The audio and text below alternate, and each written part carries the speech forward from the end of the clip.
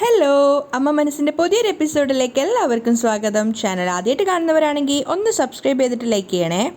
അപ്പോൾ ജാനകി സിദ്ധാർത്ഥിനോട് പറയുന്നുണ്ട്, മേഘയെ തീർച്ചയായിട്ടും നീ കല്യാണം കഴിക്കണം. ആരതിയുടെ കല്യാണത്തിന് വേണ്ടുന്ന എല്ലാ കാര്യങ്ങളും ചെയ്തു തന്നത് മേഘയാണ്. അതുകൊണ്ട് ഞങ്ങളുടെ മരുമകളാവാൻ ഏറ്റവും യോഗ്യത മേഘയ്ക്കാണ്. അപ്പോൾ സിദ്ധാർത്ഥ് ദേഷ്യത്തോട് പറയുന്നുണ്ട്, മരിക്കേണ്ടി വരുന്ന ഒരു സമയം വരെ ഞാൻ കല്യാണം കഴിച്ചിട്ടില്ലെങ്കിലും ഞാൻ ഒരിക്കലും മേഘയെ കല്യാണം കഴിക്കുമെന്ന് നിങ്ങൾ വിചാരിക്കേണ്ടാന്ന്. അപ്പോൾ ആ ഒരു ദേഷ്യത്തിലാണ് അവൻ പോകുന്നത്. ജാനകിയും പറയുന്നുണ്ട്, മേഘയെ നീ കല്യാണം കഴിച്ചില്ലെങ്കിൽ പിന്നെ ഞാൻ എന്താ ചെയ്യാൻ പോകുന്നത്, നീ കണ്ടോ എന്നൊക്കെ പറഞ്ഞ് സിദ്ധാർത്ഥിനെ വെല്ലുവിളിക്കുകയാണ്. ആ ഒരു സങ്കടത്തിൽ സിദ്ധാർത്ഥ് നേരെ മഹേന്ദ്രൻ്റെ അടുത്ത് പോയിട്ട് കാര്യം പറയുന്നുണ്ട്. അപ്പോൾ ജാനകിയുടെ മനസ്സ് ചെറിയ കുട്ടികളുടെ മനസ്സ് പോലെയാണ്, അവളെ പെട്ടെന്ന് പറ്റിക്കാൻ പറ്റുമെന്നൊക്കെയാണ് മഹേന്ദ്രൻ പറയുന്നത്. മാത്രമല്ല മേഘ എന്തെങ്കിലും ചെയ്യുന്നുണ്ടെങ്കിൽ അതിന് വ്യക്തമായൊരു കാരണവും കാണും. അപ്പോൾ സിദ്ധാർത്ഥ് പറഞ്ഞു കൊടുക്കുകയാണ്, കാരണം ഉണ്ടെങ്കിൽ വെറുതെ അല്ല, ആരതിയുടെ കല്യാണത്തിന് ഈ കാര്യങ്ങളൊക്കെ അവൾ ചെയ്തത് എന്നെ കല്യാണം കഴിക്കാൻ വേണ്ടിയിട്ടാണ്. അത് കേട്ടതും ലക്ഷ്മിയും മഹേന്ദ്രയും ഒരുപോലെ ഷോക്ക് ആവുകയാണ്. മേഘ ആരതിയുടെ കല്യാണം നടത്തി കൊടുക്കുന്നതിൻ്റെ മെയിൻ കാരണം ഇതാണ്. അപ്പോൾ ലക്ഷ്മിയും മഹേന്ദ്രനോട് പറയാണ്, ഫൈനാൻസ് ഹെഡായിരുന്ന വാസുദേവനെ നിങ്ങൾ ജോലിയിൽ നിന്നും പറഞ്ഞു വിട്ടു. എന്നാൽ അതേ വാസുദേവനെ വീണ്ടും ഫൈനാൻസ് ഹെഡായിട്ട് തന്നെ മേഘ ജോലിയിൽ തിരിച്ചു കൊണ്ടുവന്നു. ജാനകിയും നിങ്ങളും തമ്മിൽ തെറ്റണമെന്ന് കരുതിയിട്ട് തന്നെയാണ് മേഘ ഇങ്ങനെയൊക്കെ ചെയ്യുന്നത്. അപ്പോൾ സിദ്ധാർത്ഥ ആകെ മനോവിഷമത്തിലാണ്. മഹേന്ദ്രൻ പറയുന്നുണ്ട്, സിദ്ധു, നീ നിൻ്റെ അമ്മയെക്കുറിച്ച് ആലോചിച്ചിട്ട് ഇങ്ങനെ വിഷമിക്കേണ്ട. അവളുടെ ആ ഒരു നിഷ്കളങ്കമായ മനസ്സിനെ എല്ലാവരും പറഞ്ഞു പറ്റിക്കുന്നതാണ്. നമ്മൾ മനസ്സിലാവുന്ന രീതിയിൽ പറഞ്ഞു കൊടുത്താൽ അവൾക്ക് മനസ്സിലാവും. അപ്പോൾ സിദ്ധാർത്ഥ് വിഷമത്തോടെ പറയുന്നുണ്ട്, എനിക്കെന്തോ വല്ലാത്ത പേടി തോന്നുന്നു അങ്കിൾ. അമ്മ ഈ വിഷയത്തിൽ വളരെയധികം സീരിയസ് ആയിട്ടാണ് സംസാരിക്കുന്നത്. അങ്കിൾ, നിങ്ങളുടെ അമ്മയോട് സംസാരിച്ചിട്ട് മേഘയെ ഒരുപാട് വിശ്വസിക്കരുത് എന്നൊന്ന് പറഞ്ഞു കൊടുക്കാമോ? ശരി സിദ്ധു, ഞാൻ പറയാം, മഹേന്ദ്രൻ പറയുന്നുണ്ട്. പക്ഷേ അങ്കിൾ, ഞാനൊരു കാര്യം പറയാം, അമ്മയോട് തീർത്ത് പറയണം, മേഘയെ കല്യാണം കഴിക്കണമെന്ന് പറഞ്ഞിട്ട് എന്നെ ടോർച്ചർ ചെയ്യുകയാണെങ്കിൽ തീർച്ചയായിട്ടും ഞാൻ ഈ വീട് വിട്ടു പോകുമെന്ന്. സിദ്ധാർത്ഥിൻ്റെ ഉറച്ച തീരുമാനം കേട്ട സമയത്ത് ലക്ഷ്മിക്കും മഹേന്ദ്രനും ആകെ ടെൻഷൻ ആവുന്നുണ്ടായിരുന്നു. ചന്ദ്രിക ക്ഷേത്രത്തിലാണ് ഉണ്ടായിരുന്നത്. അവൾ ദീപം തെളിയിച്ചുകൊണ്ടേ ഇരിക്കുകയാണ്. അവൾ വളരെയധികം സന്തോഷവതിയാണ്. ആ സമയത്താണ് സിദ്ധാർത്ഥ് അങ്ങോട്ടേക്ക് വന്നത്. ചന്ദ്രികയെ ശല്യപ്പെടുത്തണ്ടെന്ന് കരുതിയിട്ട് ചന്ദ്രിക അറിയാതെ അവിടെ മാറി നിന്ന് നോക്കുകയാണ് സിദ്ധാർത്ഥ്. അങ്ങനെ വിളക്ക് മുഴുവൻ തെളിയിച്ച ശേഷം ചന്ദ്രിക പെട്ടെന്ന് തിരിഞ്ഞു നോക്കുമ്പോൾ സിദ്ധുവിനെ കാണുകയാണ്. അപ്പോൾ അതിശയത്തോടെ അവൾ ചോദിക്കുന്നുണ്ട്, സാർ എപ്പോഴാണ് വന്നത്? നീ വിളക്ക് തെളിയിക്കാൻ തുടങ്ങിയില്ലേ? ആ സമയം തൊട്ടേ ഞാൻ വന്നിട്ടുണ്ടായിരുന്നു. അപ്പോഴേ വന്നിട്ടുണ്ടായിരുന്നോ? സോറി സാർ, ഞാൻ നിങ്ങളെ കണ്ടിട്ടില്ലായിരുന്നു. എന്നെ കാണാനാണോ സാർ ഇവിടെ വന്നത്? അതെ ചന്ദ്രിക, എന്തെങ്കിലും സീരിയസ് ആയ വിഷയമാണോ സാർ? ഏയ്, അങ്ങനെയൊന്നുമില്ല. ഞാൻ വീട്ടിൽ പോയിട്ടുണ്ടായിരുന്നു. ആ സമയത്ത് അമ്മായി പറഞ്ഞു നീ ഇവിടെ ക്ഷേത്രത്തിൽ വന്നിട്ടാണ് ഉള്ളതെന്ന്. അതുകൊണ്ടാണ് ഇവിടെ വന്ന് നിന്നെ കാത്തു നിന്നത്. അപ്പോൾ ചന്ദ്രിക കുസൃതിയോട് ചോദിക്കുന്നുണ്ട്, ഇത്രയും നേരം എന്തിനാ ഇവിടെ കാത്തു നിന്നത്? നിങ്ങൾക്ക് വീട്ടിൽ തന്നെ കാത്തു നിന്നാൽ പോരായിരുന്നോ? അപ്പോൾ ഹൃദയത്തിൽ തട്ടിയ സ്നേഹത്തോടെ സിദ്ധു പറയുന്നുണ്ട്, എന്താ ചന്ദ്രിക ഈ പറയുന്നത്?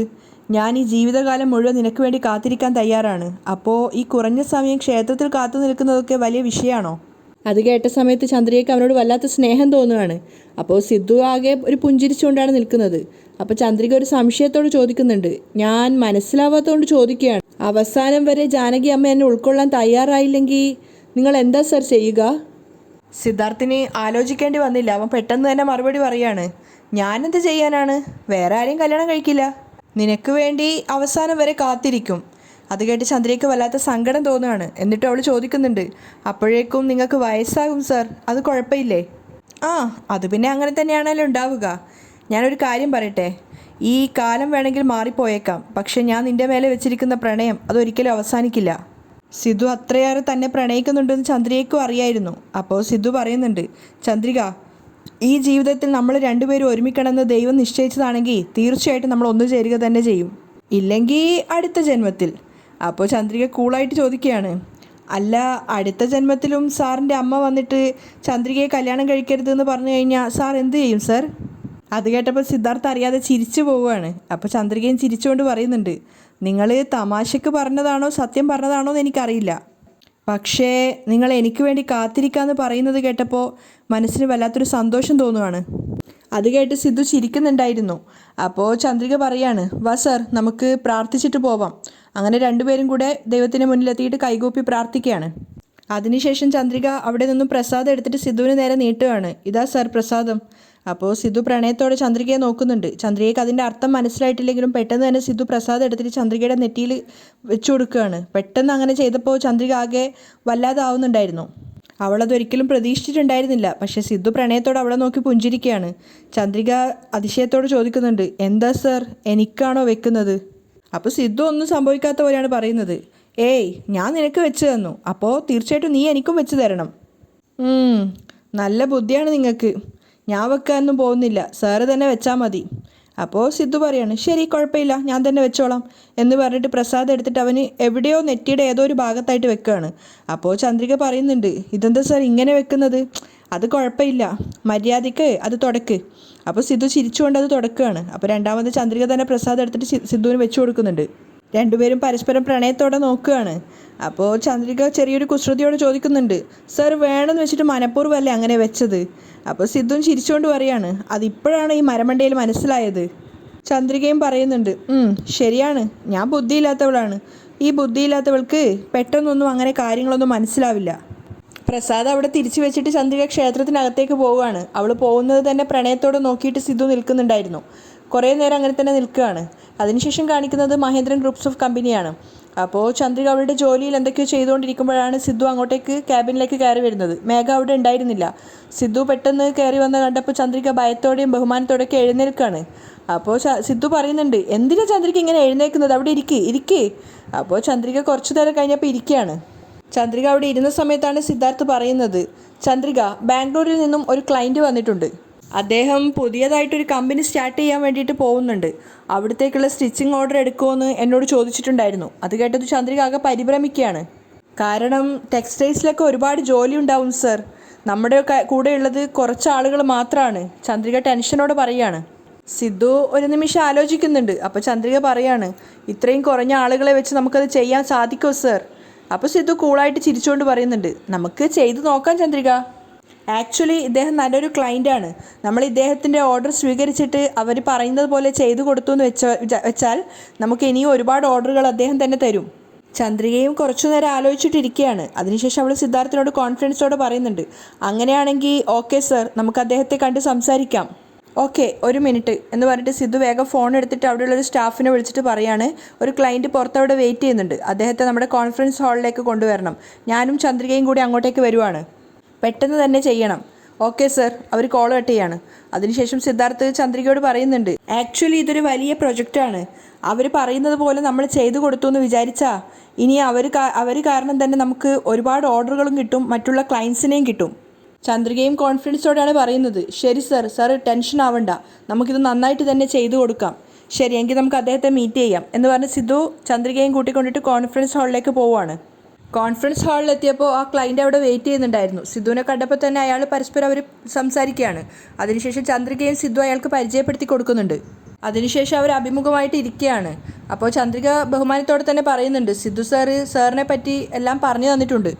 തീർച്ചയായിട്ടും നിങ്ങൾ പറഞ്ഞ സമയത്തിനുള്ളിൽ നിങ്ങൾ ഉദ്ദേശിച്ച ആ ഒരു ക്വാളിറ്റിയിൽ ഞങ്ങൾ ഡെലിവറി ചെയ്യാം സർ. ചന്ദ്രിക കോൺഫിഡൻസോടാണ് പറയുന്നത്. അത് കേട്ടപ്പോൾ സിദ്ധാർത്ഥിനും അവളോടൊരു അഭിമാനം തോന്നുവാണ്. അപ്പോൾ അദ്ദേഹം പറയുന്നുണ്ട്, എൻ്റെ ബിസിനസ്സിനെ സംബന്ധിച്ചിടത്തോളം ഞാൻ 2 കാര്യങ്ങളാണ് ഫോളോ ചെയ്യുന്നത്. ഒന്ന് ക്വാളിറ്റി, മറ്റൊന്ന് കറക്റ്റ് ഡെലിവറി. ഇത് രണ്ടും പെർഫെക്റ്റ് ആയിട്ട് ചെയ്യുവാണെങ്കിൽ ഇനിയുള്ള എല്ലാ ഓർഡറുകളും ഞാൻ നിങ്ങൾക്ക് തന്നെ തരും. അപ്പോൾ ചന്ദ്രികയെ സന്തോഷത്തോടെ പറയാണ്, ഒരുപാട് നന്ദിയുണ്ട് സർ. അപ്പോൾ ചന്ദ്രിക പറയാണ്, സർ നിങ്ങളെ തൃപ്തിപ്പെടുത്തുന്ന രീതിയിലായിരിക്കും ഞങ്ങളെ വർക്ക് ഉണ്ടാവുക. അപ്പോൾ അദ്ദേഹവും പറയുന്നുണ്ട്, ശരി, എങ്കിൽ നാളെ തൊട്ട് തന്നെ വർക്ക് സ്റ്റാർട്ട് ചെയ്തോളൂ, ഞാൻ അഡ്വാൻസ് ചെക്ക് തരാം. ഒരുപാട് നന്ദിയുണ്ട് സർ. അങ്ങനെ സിദ്ധുവിനോട് യാത്ര പറഞ്ഞ് കൈയൊക്കെ കൊടുത്തിട്ട് ചന്ദ്രികയോട് യാത്ര പറഞ്ഞിട്ടാണ് അയാൾ പോകുന്നത്. അദ്ദേഹം പോയതിനു ശേഷം സിദ്ധാർത്ഥും ചന്ദ്രികയും മാത്രമേ കോൺഫറൻസ് ഹാളിലുള്ളത്. അപ്പോൾ ചന്ദ്രിക സിദ്ധുവിനോട് പറയാണ്, സർ വർക്ക് ചെയ്യേണ്ട മെറ്റീരിയലും അതിനുള്ള മോഡലുകളൊക്കെ തുടങ്ങിയാലോ സർ? അപ്പോൾ സിദ്ധാർത്ഥ് കോൺഫിഡൻസോടെ ചന്ദ്രികയോട് പറയാണ്, ചന്ദ്രിക ഒന്നുകൊണ്ടും ഭയപ്പെടേണ്ട, അദ്ദേഹം തരുന്ന മോഡലിൽ അതിനനുസരിച്ച് മെറ്റീരിയൽ കൊടുത്തിട്ട് നമുക്ക് ആ സമയത്തിനുള്ളിൽ അദ്ദേഹം പറഞ്ഞ വർക്ക് ഡെലിവറി ചെയ്യാം. Just simple.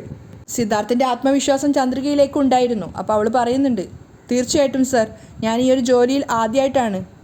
തീർച്ചയായിട്ടും സാറിൻ്റെ സപ്പോർട്ട് ഞാൻ പ്രതീക്ഷിക്കുന്നുണ്ട്. ഇതിലൊരു തെറ്റും സംഭവിക്കാത്ത രീതിയിൽ സാർ എൻ്റെ കൂടെ തന്നെ ഉണ്ടാവണം.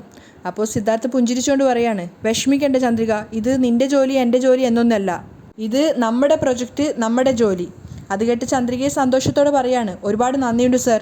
ശരി ചന്ദ്രിക, ഞാൻ നമ്മുടെ യൂണിറ്റിലുള്ള എല്ലാ ആൾക്കാരുടെ അടുത്തും പോയിട്ട് ഒരു പുതിയ പ്രൊജക്റ്റ് വന്നിട്ടുണ്ട്, എല്ലാവരും അതിന് വേണ്ടിയിട്ടുള്ള റെഡി ആവണമെന്ന് പറഞ്ഞിട്ട് വരുന്നു. സിദ്ധു അവിടുന്ന് പോവുകയാണ് പുറത്തേക്ക്. ചന്ദ്രിക ഒത്തിരി സന്തോഷത്തിലാണ് ആ കോൺഫറൻസ് ഹാളിൽ ഉണ്ടായിരുന്നത്. കാരണം ആദ്യമായിട്ട് കിട്ടിയൊരു വർക്കാണ്. അതേസമയം അവിടുന്ന് വർക്ക് കഴിഞ്ഞിട്ട് ക്ലയൻറ്റ് പോകുന്നുണ്ടായിരുന്നു. സിദ്ധാർത്ഥും ചന്ദ്രികയായിട്ട് സംസാരിച്ചിട്ട് പോകുന്ന ക്ലയൻറ്റ് മേഘയെ കാണുകയാണ്. അപ്പം മേഘ അയാളുമായിട്ട് പരിചയമുള്ളത് കൊണ്ട് തന്നെ സംസാരിക്കുകയാണ്. ഹലോ മോഹൻ കൃഷ്ണ. ഹായ് മേഘ, എന്തൊക്കെയുണ്ട്, സുഖാണോ എന്തൊക്കെ ചോദിക്കും. മേഘ ചോദിക്കുന്നുണ്ട്, എന്നിട്ട് ഇവിടെ വരെ വന്നിട്ട് എന്നെ കാണാതെ പോകുന്നത്? അപ്പോൾ അദ്ദേഹം പറയുന്നുണ്ട്, സിദ്ധുവിനെ ഇപ്പോൾ കണ്ടിട്ട് സംസാരിച്ചിട്ടാണ് വരുന്നത്. അപ്പോൾ മേഘ ചോദിക്കുകയാണ്, എന്ത് കാര്യത്തിനാ? ഞങ്ങളുടെ ടെക്സ്റ്റൈൽസിലേക്കുള്ള പുതിയ സ്റ്റിച്ചിങ് ഓർഡർ കൊടുത്തിരിക്കുകയാണ്. അത് കേട്ടതും മേഘ ആകെ വല്ലാതാവുകയാണ്. അവൾ ചോദിക്കുന്നുണ്ട്, സ്റ്റിച്ചിങ് ഓർഡറാ? അതേ മേഘ. പെട്ടെന്ന് തന്നെ മേഘ ചോദിക്കുന്നുണ്ട്, ഇന്ന് വൈകുന്നേരം നിങ്ങൾ ഫ്രീ ആണോ? ഓ തീർച്ചയായിട്ടും ഞാൻ ഫ്രീ ആണ് മേഘ. എങ്കിൽ ഒരു സീരിയസ് ആയ കാര്യം സംസാരിക്കാനുണ്ട്, നമുക്ക് വൈകുന്നേരം കാണാം, അപ്പോഴേക്കും ഞാൻ കോൾ ചെയ്യാം. അപ്പോൾ അദ്ദേഹവും പറയുന്നുണ്ട്, ശരി കാണാം എന്ന് പറഞ്ഞിട്ടാണ് അവർ പിരിയുന്നത്. മേഘ ഒരു തീരുമാനം എടുത്തിട്ടുണ്ടായിരുന്നു. അതുകൊണ്ട് തന്നെ വൈകുന്നേരം അദ്ദേഹത്തെ കാണാൻ വേണ്ടി പറഞ്ഞ സ്ഥലത്ത് മേഘ എത്തിയിട്ടുണ്ടായിരുന്നു. മേഘയെ കണ്ടപ്പോൾ അയാൾ ചോദിക്കുന്നുണ്ട്, എന്താ മേഘ, എന്താ കാര്യം? അപ്പോൾ മേഘ പറയുന്നുണ്ട്, വലിയ വിഷയമൊന്നുമില്ല, അത് രാവിലെ ഓഫീസിൽ വെച്ച് എല്ലാ കാര്യങ്ങളും സാറിനോട് തുറന്നു പറയാൻ സാധിച്ചില്ല, അതുകൊണ്ടാണ് സാറിനോട് ഇങ്ങോട്ടേക്ക് വരാൻ വേണ്ടി പറഞ്ഞത്. പറഞ്ഞോളൂ മേഘ. സാറിന് ഞങ്ങളുടെ കമ്പനിയിൽ നടന്ന എല്ലാ കാര്യങ്ങളെക്കുറിച്ചും അറിഞ്ഞിട്ടുണ്ടാവില്ല. ഓക്കെ, ഞാൻ ഡീറ്റെയിൽ ആയിട്ട് പറയാം. ശരി പറഞ്ഞോളൂ. അച്ഛൻ്റെ കമ്പനി മുഴുവനായിട്ട് ഇപ്പോൾ ഞാനാണ് ടേക്ക് ഓവർ ചെയ്ത് മുന്നോട്ട് കൊണ്ടുപോകുന്നത്. ഇനി അങ്ങോട്ട് മഹേന്ദ്രൻ ഗ്രൂപ്പ് ഓഫ് കമ്പനിയുടെ പെർമനൻറ്റ് ചെയർമാൻ ഞാനാണ്. അപ്പോൾ അയാൾ തിരിച്ചു ചോദിക്കുന്നുണ്ട്, പക്ഷേ രാവിലെ ചന്ദ്രിക എന്ന് പറഞ്ഞ ഒരാളെ പരിചയപ്പെട്ടല്ലോ, അതാരാ? അപ്പോൾ മേഘ പുച്ഛത്തോടെ പറയാണ്, അതാരെന്നുള്ളതൊന്നും വലിയ കാര്യമല്ല സർ. പക്ഷേ ഞാനൊരു കാര്യം പറയാം, അവളെ കൊണ്ട് ഈ ഒരു പ്രൊജക്റ്റ് കംപ്ലീറ്റ് ചെയ്യാൻ സാധിക്കില്ല. എന്തുകൊണ്ടാണെന്ന് വെച്ചാൽ അവർക്കൊരു കമ്പനി നടത്താനുള്ള ആളുകൾ കൂടെയില്ല. വെറും ഒരു 30 പേര് മാത്രമാണ് അവരെ യൂണിറ്റിലുള്ളത്. നിങ്ങൾ ആഗ്രഹിക്കുന്ന ക്വാളിറ്റിയിൽ നിങ്ങൾ ആഗ്രഹിക്കുന്ന സമയം കൊണ്ട് തീർച്ചയായിട്ടും അവർക്ക് ആ മെറ്റീരിയൽ നിങ്ങളുടെ അടുത്ത് എത്തിക്കാൻ സാധിക്കില്ല. പക്ഷേ ഞങ്ങളുടെ കമ്പനിയെക്കുറിച്ച് സാറിന് നന്നായിട്ട് അറിയാലോ. 300 പേരാണ് ഞങ്ങളുടെ കമ്പനി ജോലി ചെയ്യുന്നത്. നിങ്ങൾ വിചാരിക്കുന്ന സമയത്ത് തന്നെ ഞങ്ങൾക്ക് ഡെലിവറി ചെയ്ത് തരാൻ സാധിക്കും. രാത്രിയും രാവിലെയും ജോലി ചെയ്തിട്ട് തീർച്ചയായിട്ടും നല്ലൊരു ഔട്ട്പുട്ട് നിങ്ങൾക്ക് തരാൻ എനിക്ക് സാധിക്കും. അത് കേട്ട സമയത്ത് അയാൾ ആകെ കൺഫ്യൂഷൻ ആവുകയാണ്. അപ്പോൾ മേഘ പറഞ്ഞു കൊടുക്കുന്നുണ്ട്, സിദ്ധാർത്ഥ് ആണെങ്കിലും ചന്ദ്രികയ്ക്കാണ് സപ്പോർട്ട്, അതുകൊണ്ട് സിദ്ധാർത്ഥിൻ്റെ വാക്കും നിങ്ങൾ മുഖവിലേക്ക് എടുക്കേണ്ട. ഞാൻ പറയുന്നത് നിങ്ങൾ തെറ്റിദ്ധരിക്കേണ്ട. ഇനി അങ്ങോട്ട് സാറിന് വേണ്ടുന്ന ആവശ്യമുള്ള മെറ്റീരിയലുകളൊക്കെ ഞങ്ങളുടെ കമ്പനി തന്നെ റെഡിയാക്കി തരാം. ഞങ്ങളെക്കൊണ്ട് നിങ്ങൾ ആഗ്രഹിക്കുന്ന രീതിയിൽ കുട്ടികളുടെ ഡ്രസ്സാണെങ്കിലും മുതിർന്നവരുടെ ഡ്രസ്സാണെങ്കിലും ഏത് രീതിയിലാണോ നിങ്ങൾ ആഗ്രഹിക്കുന്നത് ആ രീതിയിൽ ചെയ്തു തരാൻ സാധിക്കും. അയാൾ ആകെ കൺഫ്യൂഷനായിട്ട് നിൽക്കുകയാണ്. മേഘയാണെങ്കിൽ അയാളുടെ ഫേസിൽ വരുന്ന ഓരോരോ ഭാവമാറ്റങ്ങൾ ശ്രദ്ധിക്കുന്നുണ്ടായിരുന്നു. അതുകൊണ്ട് തന്നെ അവൾ പറയുന്നുണ്ട്, നിങ്ങൾ ഇതിൻ്റെ ചിലവിനെക്കുറിച്ച് ആലോചിച്ചിട്ട് ടെൻഷൻ ആവണ്ട. ചന്ദ്രികയ്ക്കും സിദ്ധാർത്ഥിനും എത്രയാണോ കൊടുക്കാമെന്ന് പറഞ്ഞത് അതിൻ്റെ 10% കുറച്ചിട്ട് എനിക്ക് തന്നാൽ മതി. എനിക്ക് ഒരുപാട് വലിയ പ്രൊജക്റ്റ് വേണമെന്നില്ല, പക്ഷേ നിങ്ങളെപ്പോലെ നല്ലൊരു ക്ലയൻറ്റിനെ മിസ് ചെയ്യേണ്ടെന്ന് വിചാരിച്ചിട്ടാണ്. അപ്പോൾ അതൊക്കെ കേട്ടപ്പോൾ അയാളും പറയുന്നുണ്ട്, നിങ്ങൾ ഇത്രയും പറഞ്ഞതിന് ശേഷവും ഞാൻ കഷ്ടപ്പെട്ട് ചന്ദ്രയ്ക്ക് ഓർഡർ കൊടുക്കേണ്ട ആവശ്യമില്ലല്ലോ, ഞാൻ ആ ഓർഡർ നിങ്ങൾക്ക് തന്നെ തരാം. അത് കേട്ട സമയത്ത് മേഘയുടെ മുഖത്തൊരു പുഞ്ചിരി നിറയുന്നുണ്ടായിരുന്നു. അപ്പോൾ അയാളും പറയുന്നുണ്ട്, നിങ്ങൾ പറയുന്നത് വളരെ പ്രാക്ടിക്കലായിട്ടുള്ള കാര്യമാണ്. അതുമാത്രമല്ല ബജറ്റും കമ്മിയാണ്. മാത്രമല്ല അവരുടെ കയ്യിൽ ആകെ 30 പേരേ ഉള്ളൂ. നിങ്ങളാണെങ്കിൽ 300 പേരുള്ളൊരു വലിയ യൂണിറ്റാണ്. 30 പേരെ മാത്രം വെച്ചിട്ട് ഞാൻ വിചാരിക്കുന്ന സമയം കൊണ്ട് അവർക്ക് ആ പ്രൊജക്റ്റ് കംപ്ലീറ്റ് ചെയ്യാൻ പറ്റുമെന്ന് എനിക്ക് തോന്നുന്നില്ല. നിങ്ങളാണെങ്കിൽ ചെയ്തു തരാമെന്ന് എനിക്ക് വാക്ക് തരികയും ചെയ്തിട്ടുണ്ട്. തീർച്ചയായിട്ടും സർ, മേഘയും ഉറപ്പ് കൊടുക്കുകയാണ്. അങ്ങനെയാണെങ്കിൽ ഈ പ്രൊജക്റ്റ് നിങ്ങൾക്ക് തരാമെന്നാണ് ഞാൻ വിചാരിക്കുന്നത്. അയാൾ പറഞ്ഞു കേട്ടപ്പോൾ മേഘ താങ്ക്സ് ഒക്കെ പറയുന്നുണ്ട്. ഇനി നിങ്ങളുടെ ടെക്സ്റ്റൈൽസിലുള്ള ഓർഡറൊക്കെ എൻ്റെ കമ്പനിക്ക് തന്നെ തരണം സർ. തീർച്ചയായിട്ടും ഡെഫിനറ്റ്ലി. അയാളും വാക്ക് കൊടുത്തിട്ടാണ് പോകുന്നത്. നാളെ തന്നെ നിങ്ങൾക്കുള്ള അഡ്വാൻസ് ഞാൻ തരാം മേഘ എന്ന് പറഞ്ഞിട്ടാണ് അദ്ദേഹം അവിടുന്ന് പോകുന്നത്. മേഘ വല്ലാത്തൊരു സന്തോഷത്തിലാണ് ഉണ്ടായിരുന്നത്. അദ്ദേഹം പോയതിനു ശേഷം മേഘ സ്വയം ചിന്തിക്കുകയാണ്, ചന്ദ്രിക നീ എനിക്കിട്ടിട്ടാണോ പണി വെക്കാൻ പോകുന്നത്? എന്നേക്കാൾ ഉയരത്തിൽ നീ എങ്ങനെയാണ് വരുന്നതെന്ന് ഞാനും ഒന്ന് കാണട്ടെ. അതേസമയം വീട്ടിലാണെങ്കിൽ മരതക മുത്തശ്ശിയുടെ കാല് വല്ലാതെ വേദനിക്കുകയാണ്. അവരിങ്ങനെ നിലവിളിച്ചുകൊണ്ടേ ഇരിക്കുന്നുണ്ട്. അവസാനം മനോഹരനെ വിളിച്ചിട്ട് മനോഹരനോട് കുഴമ്പെടുത്ത് വരാൻ പറയുകയാണ്. അപ്പോൾ അയാൾ കുഴമ്പെടുക്കാൻ വേണ്ടി അടുക്കളയിൽ വന്ന് ഒരുപാട് തപ്പിയതിന് ശേഷമാണ് കുഴമ്പ് കിട്ടുന്നത്. അതുകൊണ്ട് തിരിച്ച് മുറിയിലേക്ക് പോകുന്ന സമയത്താണ് അയാളുടെ കയ്യിൽ നിന്നും ആ കുഴമ്പിൻ്റെ കുപ്പി വീണ് പൊട്ടുകയാണ്. അത് പൊട്ടിയ സമയത്ത് അയാൾ വേഗം തന്നെ അതിൽ നിന്ന് ചില്ലൊക്കെ എടുത്ത് മാറ്റുന്നുണ്ട്. എന്നിട്ട് തുടക്കാൻ വേണ്ടിയിട്ട് മോപ്പ് എടുക്കാൻ വേണ്ടി പോയ സമയത്താണ് ജാനകി അതുവഴി പാസ് ചെയ്ത് വന്നത്. ജാനകി ആണെങ്കിൽ അവിടെ കുഴമ്പ് വീണതൊന്നും അറിഞ്ഞിട്ടുണ്ടായിരുന്നില്ല. അതുകൊണ്ട് തന്നെ അവരെ വീൽ ചെയറിൻ്റെ ടയർ പോയിട്ട് ആ കുഴമ്പിൽ തട്ടിയ സമയത്ത് ആ വീൽ ചെയർ അങ്ങനെ ഉരുണ്ട് താഴേക്ക് വീഴുകയാണ്. അപ്പോൾ ജാനകി ആണെങ്കിൽ നിലത്ത് വീണ് ബോധം പോകുന്നുണ്ട്. പ്രിയയാണ് ആദ്യം കണ്ടിട്ടുണ്ടായിരുന്നത്. അവൾ ജാനകി മുത്തശ്ശി എന്ന് പറഞ്ഞ് വിളിച്ചിട്ട് കരയുന്നുണ്ടായിരുന്നു. പക്ഷേ ജാനകിക്ക് ബോധമില്ലാത്തതുകൊണ്ട് ആരും കേൾക്കുന്നില്ല. അതിനുശേഷം മേഘയെയും മുത്തശ്ശിയൊക്കെ പ്രിയ വിളിക്കുന്നുണ്ടായിരുന്നു. പക്ഷെ ആരും അവിടെ ഇല്ലാത്തത് കൊണ്ട് തന്നെ ആരും വരുന്നില്ല. അവസാനം ചന്ദ്രികയുടെ വീട്ടിലേക്കാണ് പ്രിയ ഓടിപ്പോകുന്നത്. എന്നിട്ട് ചന്ദ്രിക അവിടെ എന്തോ ജോലി ചെയ്തുകൊണ്ടിരിക്കുകയാണ്. ചന്ദ്രികയുടെ അടുത്ത് പറയുന്നുണ്ട് ജാനകി മുത്തശ്ശി ഇങ്ങനെ നിലത്ത് വീണു എന്ന്. അത് കേട്ട ബാധ്യ തന്നെ ചന്ദ്രിക വേഗം ഓടി വന്നിട്ടുണ്ടായിരുന്നു. അപ്പോൾ ചന്ദ്രിക നോക്കുന്ന സമയത്ത് വീൽ ചെയർ ഉരുണ്ട് താഴെ വീണിട്ട് അവിടെ വീണ് കിടക്കുകയാണ്, ബോധമില്ലാതെ കിടക്കുകയാണ് ജാനകി. ചന്ദ്രികയും പ്രിയ ഒരുപാട് വിളിച്ചു നോക്കിയിട്ടും ജാനകി എഴുന്നേൽക്കുന്നില്ല. അതുകൊണ്ട് തന്നെ വേഗം ഓടിപ്പോയിട്ട് വെള്ളം എടുത്തുകൊണ്ട് വന്നിട്ട് ജാനകിയുടെ മുഖത്ത് തളിക്കുകയാണ്. അപ്പോൾ ജാനകിക്ക് ബോധം വന്ന സമയത്ത് സങ്കടത്തോടെ ചന്ദ്രിക പറയുന്നുണ്ട്, എന്താ മാഡം നിങ്ങൾ ശ്രദ്ധിക്കണ്ടേ, വീട്ടിൽ ആരും ഇല്ലാത്ത സമയത്ത് ഇങ്ങനെ ഒറ്റയ്ക്ക് വരാൻ പാടുണ്ടോ എന്നൊക്കെ ചോദിക്കുകയാണ്.